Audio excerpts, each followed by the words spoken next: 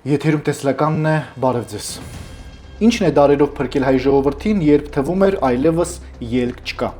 Ինչպես կարող է հայը վերագտնել իր ազգային ողնաշարը եւ ապագայի հանդեպ վստահությունը։ Թշնամին ամեն ինչ անում է, որպեսզի մեզ կտրի մեր ակունքներից, ինչ է մեզ սպասվում եւ ինչ է մեզ տրված արարչից։ Հյուրս գրող, հրապարակախոս, արևելագետ հայագետ Լիա Ավետիսյանն է։ Նա կարևոր ասիլիքով է եկել։ Մնացեք մեզ հետ։ Ժամանակն է եկե Բեթարի։ Ալիևն էլ է ամենօրյա ռեժիմով իր բերանը բացում եւ մրթին չի ստանում ձեր ասելով։ Այդ պահը կգա։ Այդ պահը կգա, երբ որ բոլորը մռութներին կստանան։ Կա մի հատ կախարդական սենյակ,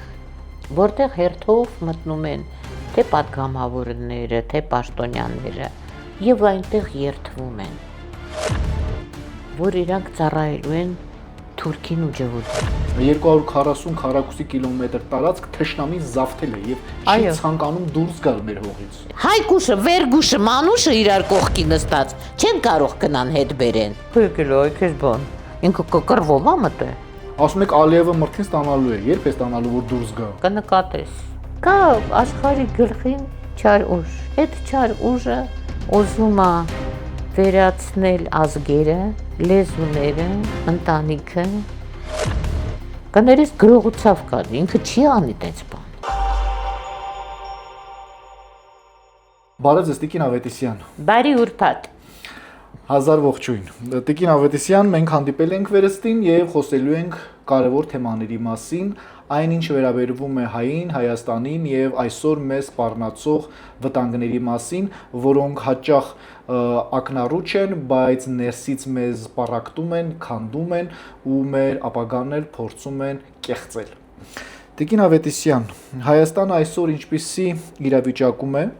Ադրբեջանից բարբերաբար գալիս է վտանգավոր եւ հայակործան ազդակներ, դրանք ինչի մասին են։ Մեծ խոսալու։ Ադրբեջանից մենք ոչ մի վտանգ չունենք։ Ոչ մի վտանգ։ Մեր թշնամին մեր ներսն է։ Եթե ներսի թշնամին չլինի, խղճ Ադրբեջանը ինչ է անելու։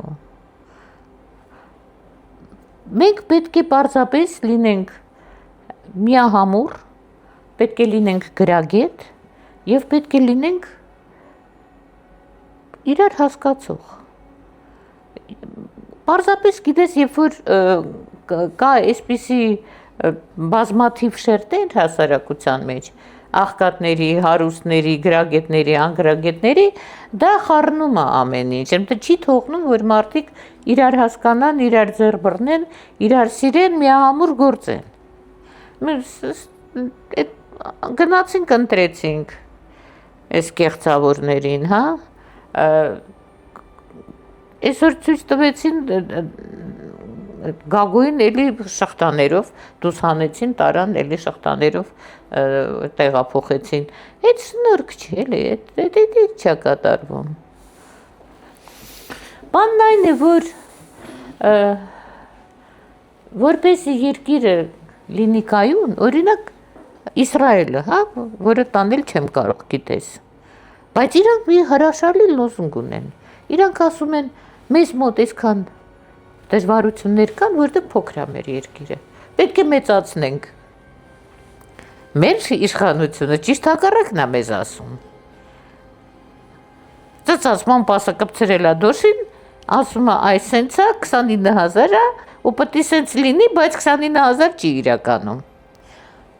երկիրը պետք է մեծ լինի, բնակչությունը պետք է լինի 15 միլիոնից ոչ պակաս, եւ բնակչությունը պետք է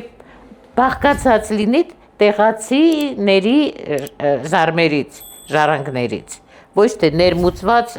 հազար ու մի տեսակից։ Այդ դա որպես ուղեցույց կարող ենք ընտրել, որ դառնանք մեծ երկիր, շատովի ապրենք։ Տիկին Ավետիսյան, եկեք խոսենք այն կարևոր հատկանիշների, ունակությունների եւ առանձնահատկությունների մասին, երբ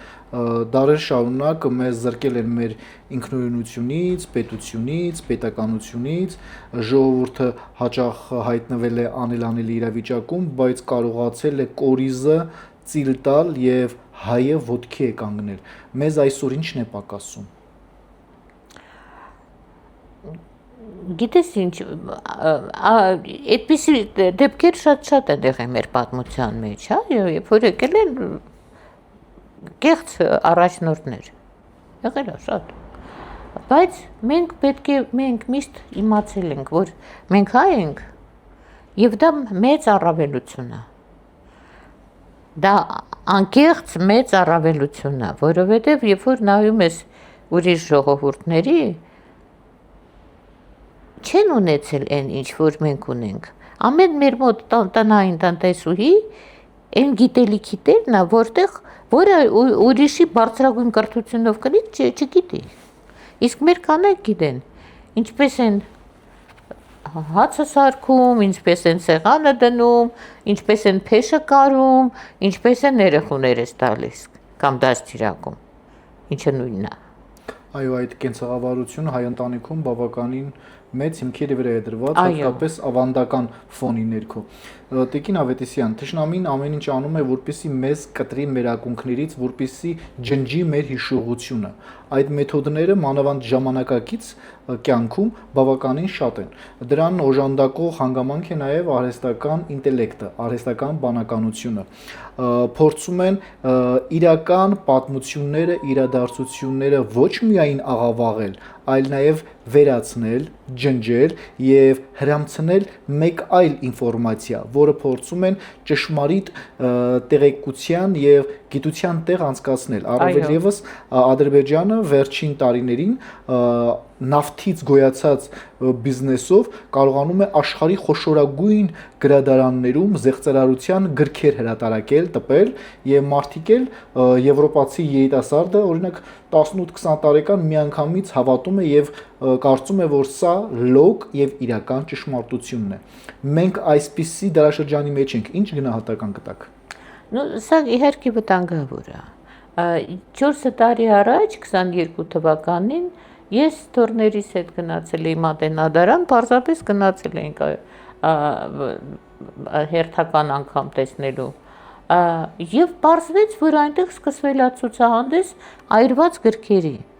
Շվեյցարիայից մեծ սերիկա, պարապ սերիկա, բերել էր այրված գրքեր, ոչ թե պատահման փրդեղվել էին, այլ միտումնավոր վառել էին այդ գրքերը ու բերել էին Մատենադարանի գլխավոր ցուցասրահում տեղադրել։ Թե տեսեք ինչ հետաքրքիր էսթետիկ բան է, այրված գիրքը։ Ես գիտես ինչ, մենք այն ժողովուրդն ենք, որ հսկայական փորձ ունի գիրք փրկելու։ Ցեղասպանության ժամանակ կահկարասին, շոր, մոր չէին փրկում մարդիկ, ավետարաններն էին փրկում։ Հանրահայտ այն պատմությունը, որ երկու քույր այն մեծ ավետարանը վերցրեցին, կիսեցին, իրանց շորի տակ թաքցրեցին, բերեցին, հասցրեցին Հայաստան։ Եվ հիմա Մատենադարանում դրված է արդեն միացված իրար։ Գիրք էին փրկում հայերը։ Հիմա այս սերիկա վերցրել է գիրքը, գրքերը այրել է, բերել է ու Մատենադարանում էլ ցուցադրել է։ Գիտես ինչն էր զարմանալի, որ այն ժամանակ տնօրենը Մատենադարանի իմ շատ սիրելի դասախոսի որդին էր։ Եվ հիմա հիմիկվանը չգիտեմ ինչի նման է, բայց երևի ավելի վատն է, սովորաբար այդպես ավելի վատն է լինում։ Եվ երեխաները դպրոցով գալիս են Մատենադարան լուսավորվելու, տեսնում են, որ այրված գիրքը իրավունք ունի ցուցասրահում դրվելու, որտեղ գրքից բան չի մնացել, բացի ուրվականից։ Ես հասկանում եմ, որ Ալեքսանդրիայի գրադարանը 3 անգամ թալանել վառել են, մինչև որ կարելի էր ասել, որ Ալեքսանդրիայի գրադարանը կործանվել է։ Իվան Ահեղի գրադարանը, որը մեր Աբգար թագավորի արխիվներն էին, եւ հետո գնացել հասել էր Բյուզանդիա, եւ Բյուզանդիայից տեղափոխվել էր ինքն էլ Իվա ասեմ պտի էլի գշպտաս Իվան Ահեղն էլ իրանց զարբն էր, չէ,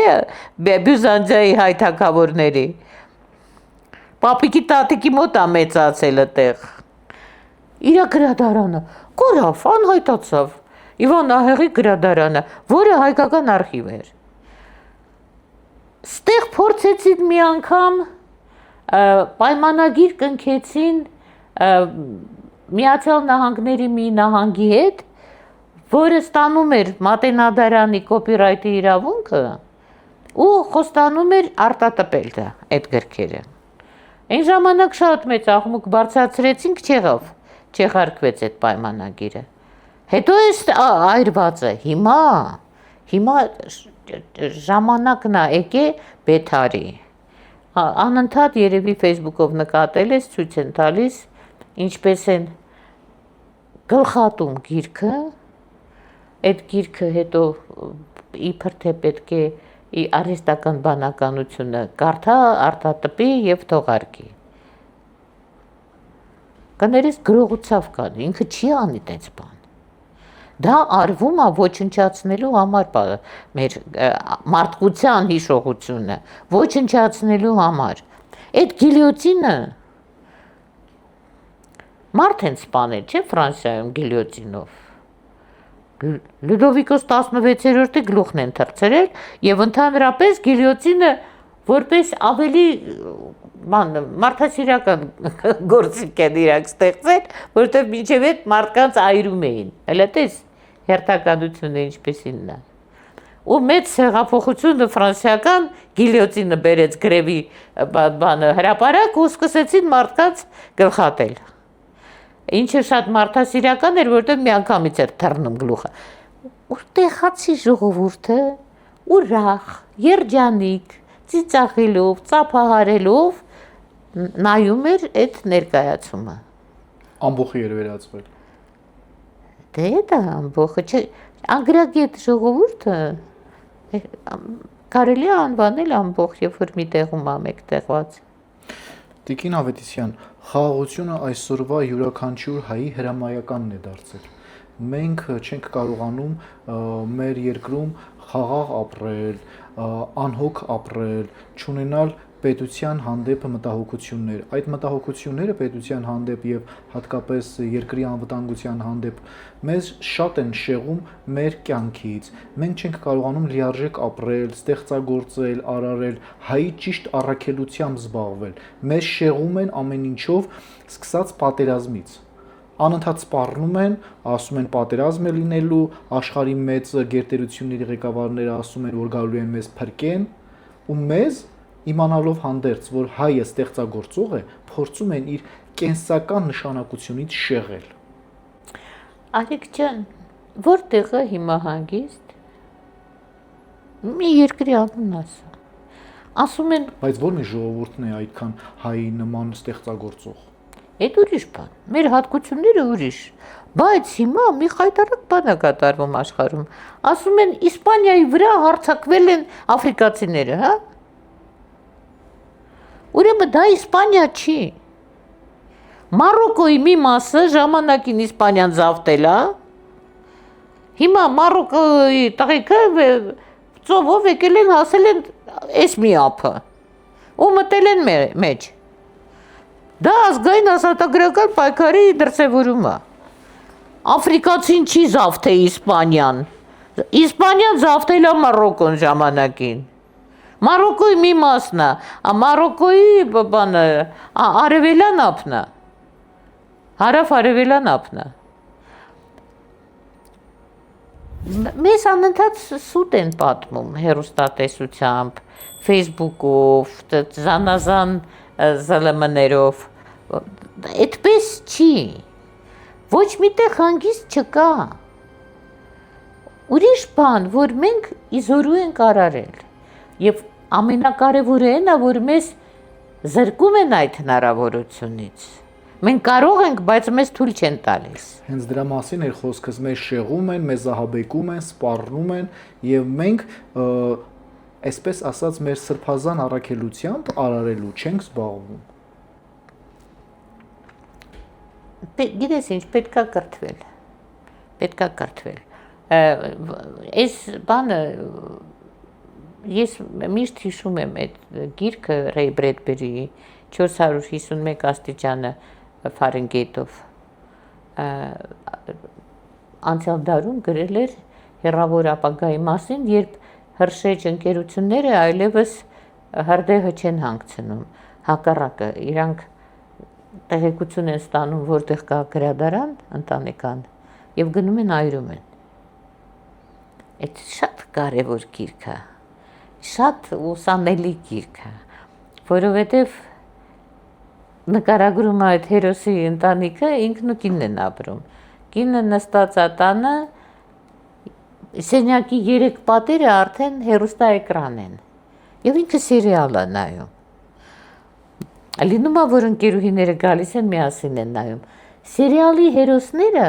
իր համար արդեն հարազատ մարդիկ են։ Այն մորքուրն է, այն մորքուրի տղեն է։ Եվ այս տղան, որը աշխատում է հրշեջ ընկերությունում, մի օր փորձում է իրանց խելք սովորացնի։ Ասում է, «Էս ինչ եք անում, տեսեք, ես ժամանակ առ ժամանակ լավ գրքեր գտնելուց թաքցնում եմ այդ գրքերը։ Տեսեք, ես դες համար էս մի էջը կարդամ»։ Ուրեմն 3 ընկերուհի են։ 3 հատ զանգ է ստանում հրշեջ ընկերությունը, այդ թվում իր կնոջից,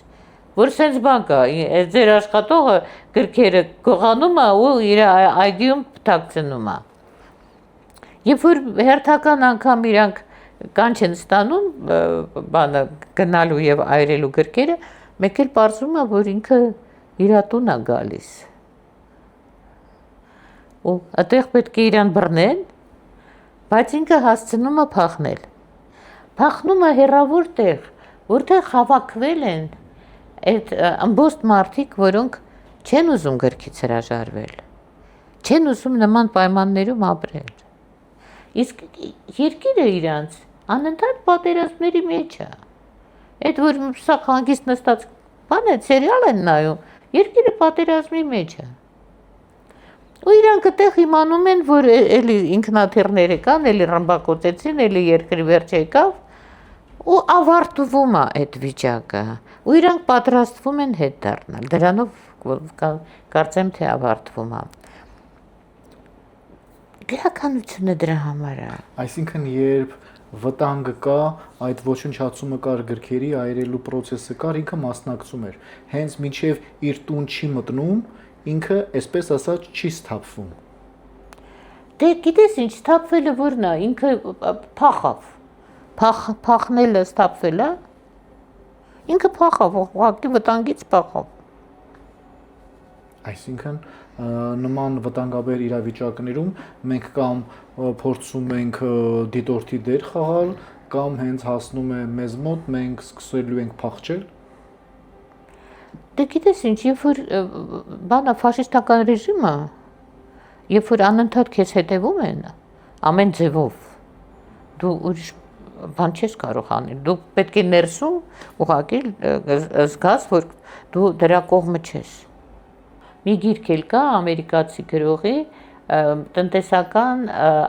մարդասպանի ապաշխարությունը, որտեղ ինքը նկարագրում է, թե 50-ական թվականներին ինչպես են ամերիկացիները կարողացել նեո գաղութարարի դերում հանդես գալ հարավային Ամերիկայում։ Ինչպես էին իրանք այդ երկրներին պարտքով փող տալիս, ընդհանուր նախագծեր մշակում, որպեսզի օրթախ լինեն, հետո պարզում էր, որ շատ ավելի թանկ է այդ գործը ամերիկացիների պարտքի տակ էին ընկնում դրանք։ Այդ հսկայական փորձ ունի մարդկությունը այդ հարցում։ Եվ բոլորը հետո հերթով դառան Ամերիկայի նոր տեսակի գաղութը, այդ նեոկոլոնիալիզմ, որ ասում են, նոր գաղութարարություն, դա է, երբ որ պարզապես պարտքի տակ ես ընկցում երկիրը, եւ այդ երկիրը դառնում է քո խոնարհ ծառան։ Հիմա մենք որ այսքան պարտք ենք հավաքել Հայաստանը, պարտքի դիմաց մենք աշխարհի ապուշությունները պետք է անենք։ Հենա Մելոնին իր ճրտիկալով ասում է, մեր փախստականներին կվերցնեք, ձեր մոտ կտանեք։ Ու մեր վարչապետը համաձայնվում է, մեր նորաթուխ վարչապետը համաձայնվում է։ Ճիշտ է, դա չի լինի, լինելու բան չի, բայց Նախդի վրա մենք տեսնում ենք, որ Իտալիայի վարչապետը մեր վարչապետին իրավունք ունի նման բան առաջարկելու։ Եթե իրավունք չունենար, մի հատ մրթին կստանար։ Ոնց թե մեր աղբերենք թափենք ձեր մոտ, մեր մոտ եկել են փախստականները, մենք չենք ուզում պահել, մենք զզվում ենք, թող կան ձեր մոտ։ Ալիևն էլ է ամենօրյա ռեժիմով իր բերանը բացում եւ մրթին չի ստանում ձեր ասելով։ Այդ պահը կգա։ Այդ պահը կգա, երբ որ բոլորը մառուտներին կստանան։ Շատ ուժեղ եք Տիկին Ավետիսյան ձեր կանխատեսումների մեջ եւ ես վստահ եմ, որ նաեւ կիմանաք որ կողմից է գալու դա։ Գիտես ոնց Արեգ ջան, ես ուղղակի գիտեմ, որ կա արդարություն աշխարհում։ Արդարությունը կա։ Եվ վաղ թե ուշ գործում է։ Լավը լավն է ստանում, վատը, ինչպես մեր հեքիաթներում, ինչպես ժամանակին կինոյում էր լինում, happy end պարտադիր կատարվում է։ Բայց մեզանից էլ է, չէ՞, քայլեր պետք որ մենք անենք։ Անշուշտ, իսկ դրա համար մենք պետք է սովորենք եւ սովորենք։ Կրթվելը շատ կարեւոր բան է։ Այսօր մենք կրթվում ենք։ Ոչ,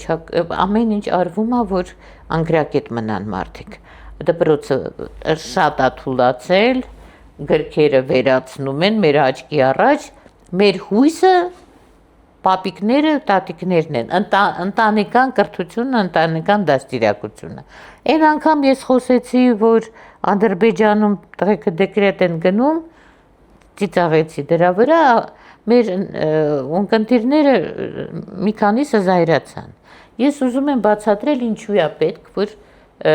տղամարդիկ չխառնվեն այդ գործին։ Ոչ թե այստեղ սեռերի հավասարության, անհավասարության հարցն է, այլ երիտասարդ մայրիկը անփորձ է։ Ինքը չգիտի, այս ճուտիկը, երբ որ երեսը ծռմռում է, դա ինչի նշան է։ Երբ որ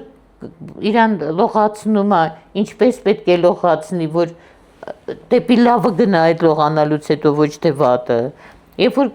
պարկասնում է քնելու, երբ պետք է փորիկի վրա պարկասնի, հազար ու մի բան։ Իր ամուսինը նույնքան անփորձ է։ Պետք է տատիկ, միևնույն է որ կողմից, բայց պետք է տատիկ, որ պեսի օգնի այդ ջահել մամային։ Բայց քանի որ աղջիկների լեզուները 3 կիլոմետրանոց է, իրանք տատիկներին մոտիկ չեն թողնում։ Ասում են թող մարդս գա դեկրետը վերցնի, իմ հետ լողացնի, երեխու գլուխը կուտեք։ Չի կարելի։ Երկու ջահել անփորձ ավելի վտանգավոր է, քան մի անփորձ։ Հետո բանա, գիտես, շատ տարբեր են տղամարդկանց եւ կանանց ուղեղները։ Հիմա նորից ասեմ, թող չվիրավորվեն աղջիկները, բայց կնոջ ուղեղը 250 գրամ ավելի թեթև է, քան տղամարդունը։ 250 գրամ։ Այո։ Դրա համար տղամարդը ունակ է գրել 9-րդ սիմֆոնիան կամ Իոլանտա օպերան կամ Այդան, իսկ կինը ունակ չի։ Նաև կիսագնդերի հարցեր եկան, չէ՞։ Չէ։ Կան բաներ, դաշտեր, որոնք կինը ունի, տղամարդը չունի։ Այ կարեկցելու, զգալու, այդ ինտուիցիան։ Կինը ունի, տղամարդը չունի։ Դրա համար կինը ունի մասնագիտացում երեխային խնամելու։ Նա հասկանում է, զգում է, երբ երեխան հիվանդ է, երբ ինքը դժգոհ է, երբ երջանիկ է, տղամարդը չի զգում, ինչքան էլ սիրի իր բալիկին։ Ուղղակի ուղեղները սա տարբեր է սարքած, ոնց որ սեռական օրգանները տարբեր են սարքած, տենց էլ ուղեղներն է տարբեր սարքած։ Ինը պաստը մարդկությանը։ Բայց ամեն ինչ արվում է, որպեսզի հավասարվեցվեն, ասեն հավասար իրավունքներ ունեն, երբ անհրաժեշտությունը կա, տղամարդը եւ կինը հավասար են, երբ անհրաժեշտությունը կա, տղամարդը պետք է լինի կնամեծար, այսպես ասած, ամեն ինչ անի կնոջ համար, բայց երբ շատ հանգամանքներում որ կինը հայկական ավանդության եւ հոգեվոր ավանդության համաձայն պետք է լինի հնազանդ, այդ ժամանակ առաջ են գալիս որոշակի հարցեր եւ խնդիրներ։ Հավասարության մասին է արդեն խոսքը գնում։ Մեկ հոգեվոր չափանիշներով են իրար հետ փորձում կապ հաստատել, մեկ ժամանակակից իրավական նորմերով են փորձում։ այդտեղ կա հակասություն, Տիկին Ավետիսյան։ Իհարկե, հսկայական հակասություն կա։ Շատ լավ է, որ տղամարդը կնա մեծարա։ Կինը, որովհետև իր փոքրիկ խելքով ականջով է հասկանում ամեն ինչ։ Ինքը լսում է հաճելի խոսքեր, ինքը իրան զգում է երջանիկ։ Թող կոմպլիմենտներ անի տղամարդը, բայց երբեք իր դիրքը չեզիջի կնոջը։ Բայց կինը հաճախ ասում է, որ մենք հավասար իրավունքներ ունենք։ Դե խալը թե անում է։ Եթե հավասար իրավունքներ ունեն կինն ու տղամարդը, տվյալ պարագայում ոնց կարող է տղամարդը կնամեծար լինի։ Եթե կինը ասում է հավասար իրավունքներ ունեմ, դա վերաբերում է նաև, որ որոշ հարցերում տղամարդուն, այսպես ասած, իր բնության առնականության դերից փորձում են շեղել։ Դու գիտես ինչ, մեր ծնողների բան օրինակը ունենք չէ մեր աչքի առաջ։ Ինչ ամենափայլունն էր, Այո։ ինչպես է հայկական ավանդական ընտանիքում տղամարդը իր դիրքը ուներ, կինը իր դերը ուներ եւ շատ ճիշտ հավասարակշռվում էր այդ ամեն ինչը։ Պապան ասում էր, աչքիս պես ոչ ոք էս ճաշը չի սարքում։ Всё։ Էլ պետք չէր մարդու իրավունք, ես ինչ։ Ու ճիշտ էր ասում։ Հարցը այն է, որ կա աշխարհի գլխին չար ուժ։ Այդ չար ուժը ուզում է վերացնել ազգերը, լեզուները, ընտանիքը, մարդկանց յուրօրինակությունը։ Իր երազանքը միքսերն է։ Հատկապես կանանց որոշակի իրավունքներ բաշխելով։ Այո, իհարկե։ Այնպես չի, Տիկին Ավետիսյան, ես կանանց իրավունքներին դեմ եմ, սխալ չկարծեք ասածս։ Չէ, նու չես կարող դեմ լինել, Արեգ ջան, որովհետև կանայք հավասարություն են դնում։ Ախր մենք ունեցել ենք հավասարություն այն ժամանակ, երբ ոչ մի ազգ չի ունեցել։ Կանանց ընտրելու իրավունքը սկզբից հայերն են ունեցել, հետո մնացած ժողովուրդները եկան։ Հետո եվրոպական արժեքներից ենք փորձում վերցնել։ Այնինչ մեզանից են գողացել, ռեստավրացրել են ու հիմա էլ մեզ են փորձում հրամցնել։ Դե մեզ հիմա բանը երկու լեսբիանկա թատրոնում խաղում են, այդ է կանանց իրավունքը, հա։ Ռոմեո Ջուլիետը։ Շատ նողկալի է, երբ ես հայկական թատրոնում, մեր թատրոններից մեկում տեսնում եմ, երբ Ռոմեո Ջուլիետ ներկայացումն է եւ գլխավոր դերակատարները Ռոմեոյի եւ Ջուլիետի դերակատարները երկուսն էլ կին են։ Անգլիայում էլ երկու սև տղա է։ Ինչ ասես։ Իրանք ուզում են աշխարհը այլանդակեն, հասկանում ես, եւ ուզում են օրինակ։ Եթե ես դեմ արտահայտվել ու մի քիչ տգեղ արտահայտվել, նշանակում է, որ դու ժամանակակից արվեստից բան չես հասկանում, որ համաշխարհային փորձ գոյություն ունի եւ նման դեպքեր կան եւ դա շատ ճիշտ է եւ ողջունելի է։ Շատ ամոթ է։ Օրինակ, գիտես, արդեն այս դարի սկզբից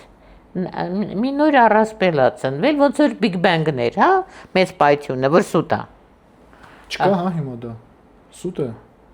Նու չէ, արդեն դարձել է դասական, դրա մասին շատ չեն խոսում։ Բայց օրինակ հեռունի անտենան չափեց, ցույց տվեց, որ դες բան չի եղել, որովհետև եթե պայթյուն եղել է, պայթյունից հետո մնում է ահագին էներգիա, չէ, պայթյունի հետևանքով։ Հիմա հեռունին այդ իր ռադիո անտենան որ սարքել է, այդ անտենան չափեց, ասաց ոչ մի հետևանքային էներգիա չկա։ Այսինքն մեծ պայթյուն չի եղել։ Այո, մեծ պայթյուն չի եղել, որովհետև Վիկտոր Համբարձումյանն էլ ասել է, տիեզերքը անսկիզբ է եւ անվերջ։ Այնպես չի, որ հանկարծ հոպ պայթյուն եղավ ու Լենինականից եկավ մի խումբ տղա ու դառավ իշխանություն։ Այդ մեծ պայթյուն է։ Դա քաղաքական տեսություն է։ Հիմա այս արդեն եւ մոտ 30 տարի է նոր տեսություն կա, որ ամբողջ մարդկությունը դուրս եկել Աֆրիկայից։ Սև, սպիտակ, կարմիր, դեղին, սա Աֆրիկայից են դուրս եկել։ Ու ենթատեսություններ կան, որ բանը շշի, բանի պոչի միջով դուրս են եկել, դրա համար առանձին գույներ են ստացել, առանձին ռասաներ են առաջացել։ Սուտ ու լավ գիտնականներ կան, որոնք ստիպված են այդ սուտը կրկնել, որովհետև այլապես իրանց այլևս մոտիկ չեն թողնի, ոչ մի հետազոտության, ոչ մի գրանտի, ոչ մի ամբիոնի։ Սուտը տիրում է աշխարհում, ես քեզ ասել եմ, այդ սուտը մինչև 28 թիվը լինելու է, իշխելու է։ Դրա համար մենք պետք է պարզապես զինվենք գիտելիքով։ Տիկին Ավետիսյան, եկեք խոսենք հային փրկելու մեխանիզմների մասին։ Շատ տարատեսակ եւ վտանգավոր հանգամանքների միջով ենք անցել ենք պատերազմների, ցեղասպանության, կոտորածների միջով։ Մեզ ինչն է միշտ փորձել վեր հանել։ Մեր որ գիծն է, եկեք այս գիծը վերցնենք եւ խորանանք։ Գիրք սիրե, խալամ սիրե։ Սա է նովան փողոցում նստած գորգեր գործում, հարևանն էլ դեմը նստած նույն գործներ անում, տանդեմ։ Ասում էր գիրք սիրե, խալամ սիրե։ Ու նա կրկնում էր, իր գյուտը չէր։ Դա մեր ասույթն է։ Եթե գիրք չսիրես, խալամ չսիրես, ում ես պետք։ Բանում սոցցանցերում տեսնում եմ, մի հատ ջհուդիկ պատմում է, արմյանսկое ռադիո իմենի Մարիի, եսի ինչ Գրողուցավսկայի։ Ու պատմում է բանը, այն անեկդոտը, որը ես 2010 թվականին իմ գրքում բանը զետեղել եմ։ Որ բանը, երբ որ հայրենադարձություն էին հայտարարել, մեկի տանը պայմանավորվեցին, թե առաջինին կուղարկեն սովետական Հայաստան, ինքը նույն տեքստը կգրի, թե լավա, թե վատա, պարզապես վատի դեպքում կգրի կարմիր թանակով։ Հիմա ստանում են նամակ, այստեղ ամեն ինչ լավ է, հրաշալի է, այնքան գոհ եմ, որ եկել եմ, կարելի է եւ գործ գտնել եւ տուն եւ այլն, մի հատ բանն է վատ, կարմիր թանակ չկա։ Հիմա սա նույնը պատմեց։ Թանակը կանաչ դուս եկավ։ Բայց դու մի ասես, մի հատ ջհուդ կնիկ հիմա հնարել է, ու ինքը պատմում է։ 2010 թվին ես բեսթսելեր էր այդ գիրքը 142,000 ես գիտեմ, որ վաճառվել է։ Էլ ինչքան Լևոյեն տպե չգիտեմ։ Հայաստանում եք այդքան վաճառել։ Չէ, դա Մոսկվայի հրատարակություններ։ Վկուս Արմենսկого гостеприимства։ Տիկին Ավետիսյան, անելանելի վիճակից դուրս գալու մեխանիզմներից եկեք խոսենք, ասեցիք մեկը գիրք կարդալն է, հաջորդը։ Ընդհանրապես գրագիտությունը, սովորելը, երեխաները թող գնան սպորտի, թող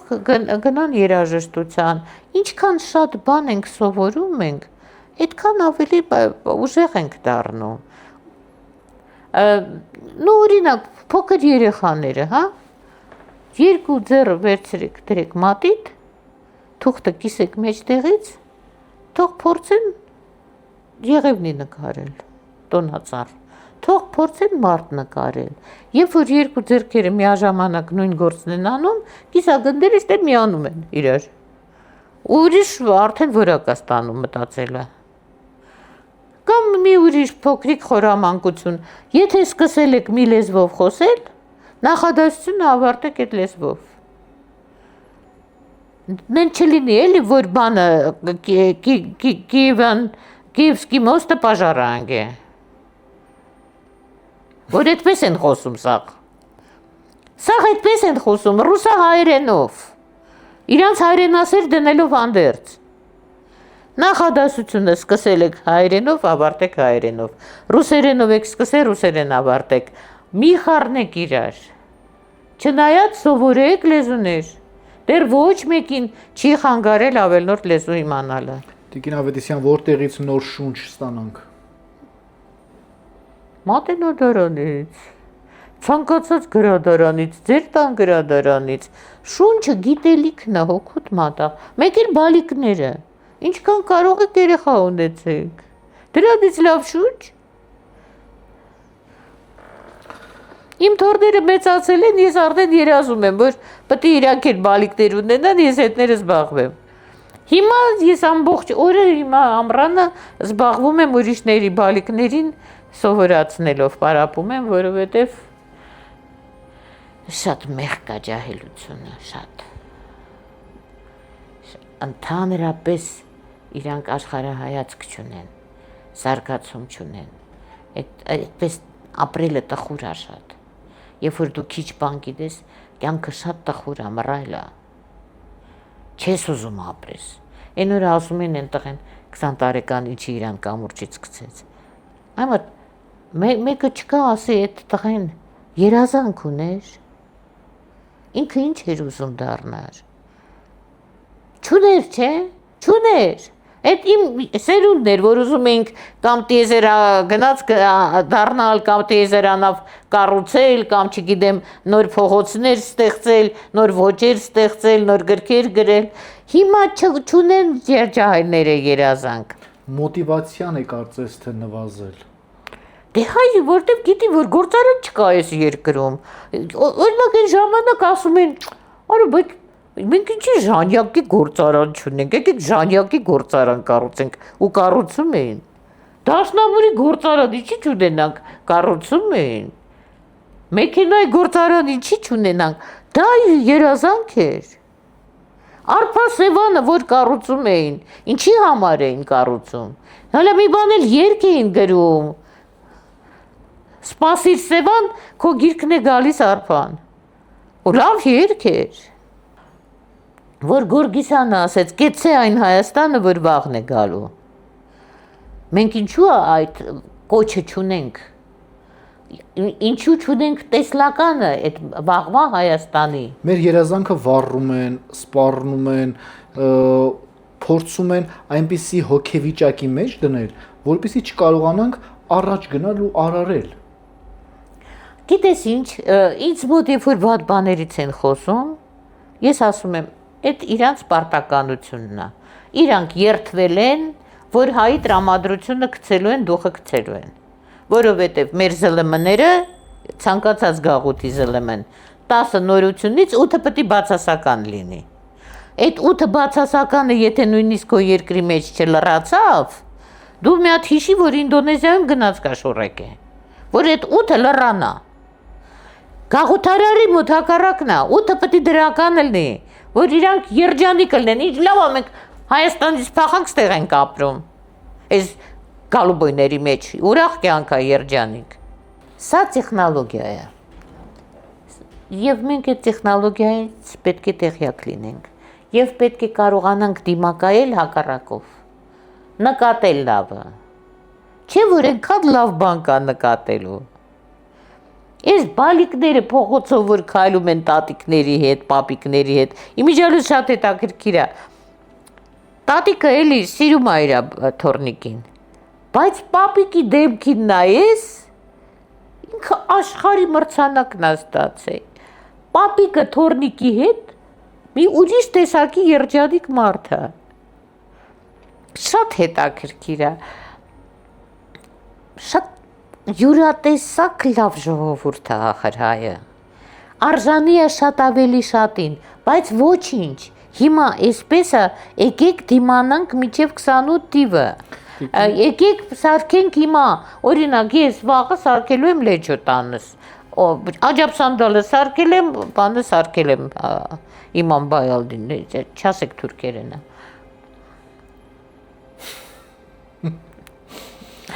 Տիկնավության ամեն տարի շատ մեծ խանդավառությամբ եւ լիահամով սարքում եք։ Հա։ Սարքում եմ, բաժանում եմ։ Աշակերտներիս հետ էլ ես անվճար եմ պարապում։ Տիկին Ավետիսյան, մենք խաղաղությունից ենք խոսում թշնամի պատերազմից։ Հալո, նոմա չես նկատի տղեկը երբ որ ուզում են իբր թե կռվեն։ Ես անից կտամ որ չի տալու, խոսում է, չէ՞ վախացնում է։ Փորձում է, սա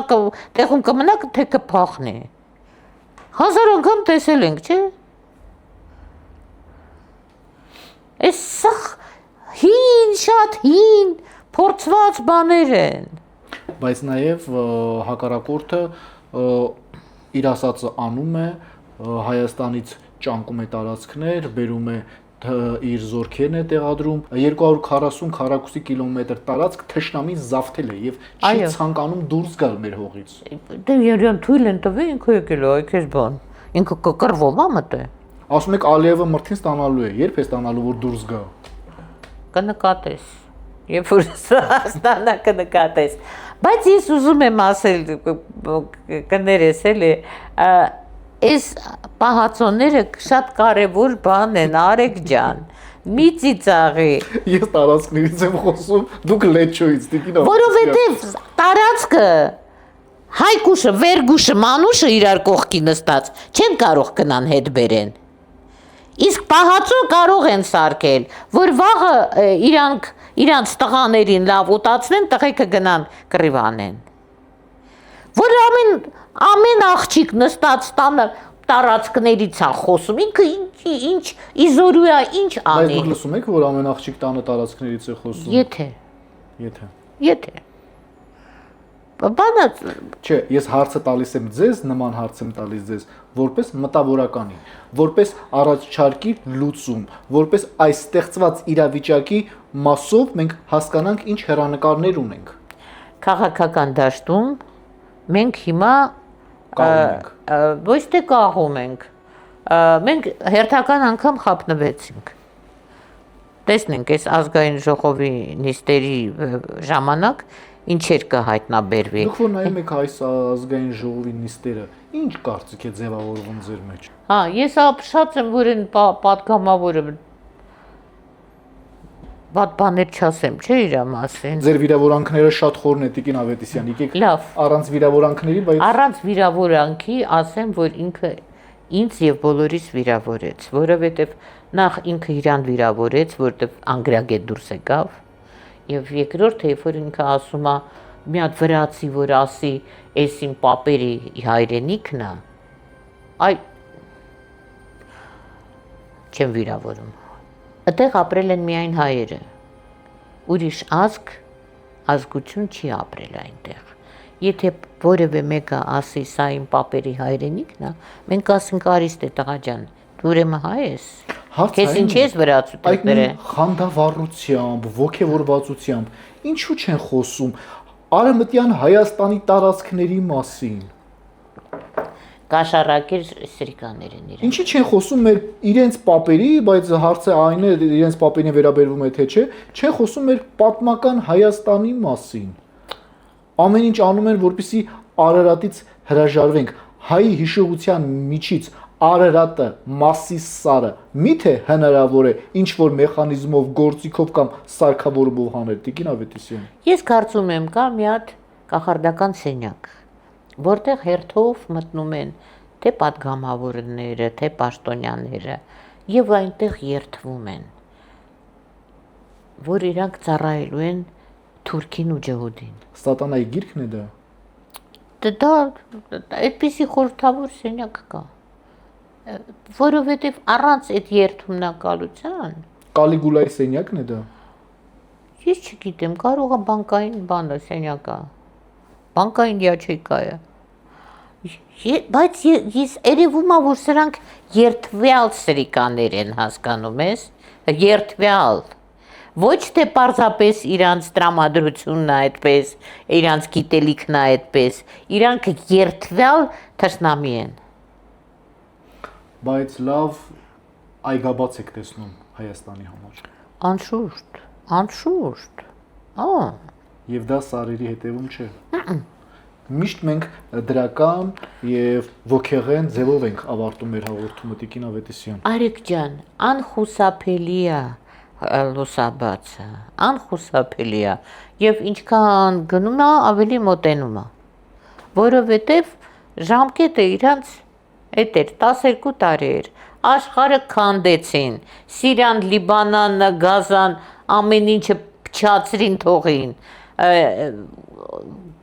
գնացին հասան Վենեսուելա, Մայկա Տրոսիկովեն նախագահին գողացան, աշխարհի ավերը արեցին, բայց ժամկետը կա չէ, որ վերջանում է։ Գալիս է։ Իհարկե։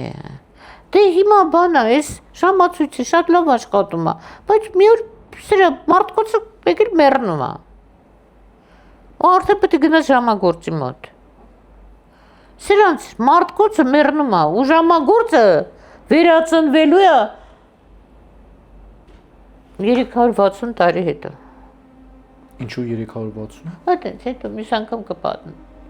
Շնորհակալություն Տիկին Ավետիսյան, ամեն անգամ վերջում փորձում եք անոնսել եւ փորձում եք այդ ինտրիգը պահել։ Հաջորդ հանդիպմանը դուք կբացեք այդ Դե ինտրիգը։ ուզես չուզես, որ պատորերը հանդիպում ենք։ Ուզենք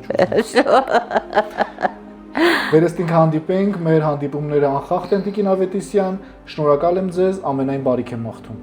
Բոլորիս, տա Աստված, առաջ Աստված։ Երբ հիշում ենք հնարեկացուն, մաքրվում է մեր հոգին։ Երբ կարդում ենք Կոմիտասին, արթնանում է մեր արյան հիշողությունը։ Երբ լսում ենք Չարենցին, մեր ներսում նորից հառնում է Հայաստանը։ Չարենցը պատգամեց. «Ով հայ ժողովուրդ, քո միակ փրկությունը քո հավաքական ուժի մեջ է»։ Եվ այդ խոսքը այսօր էլ հնչում է որպես երթում, ոչ թե պարզապես միտք։ Մենք Տիգրան Մեծի, Վարդանանց, Սարդարապատի եւ Արցախի հերոսների ժառանգներն ենք։ Մեր դրոշը պարզապես կտոր չէ, մեր եռագույնը սերունդների արյամբ սրբացած ուխտ է։ Մեր լեզուն պարզապես խոսք չէ, Մաշտոցի աղոթքն է։ Մեր հայրենիքը պարզապես հող չէ, Աստծո վստահած սրբավայրն է։ Ուրեմն թող ոչ ոք երբեք չկասկածի հայի ոգուն, քանի դեռ հայի սիրտը բաբախում է Հայաստանի անունով, հայ ազգը երբեք ծնկի չի գալու։ Այսպիսին էր այսօրվա տեսլականը, հյուրս գրող հրապարակախոս թարգմանիչ արևելագետ հայագետ Լիա Ավետիսյանն էր։ Մեր հանդիպումները շարունակական են, կհանդիպենք հաղթանակ եւ խաղաղություն հայոց աշխարհին։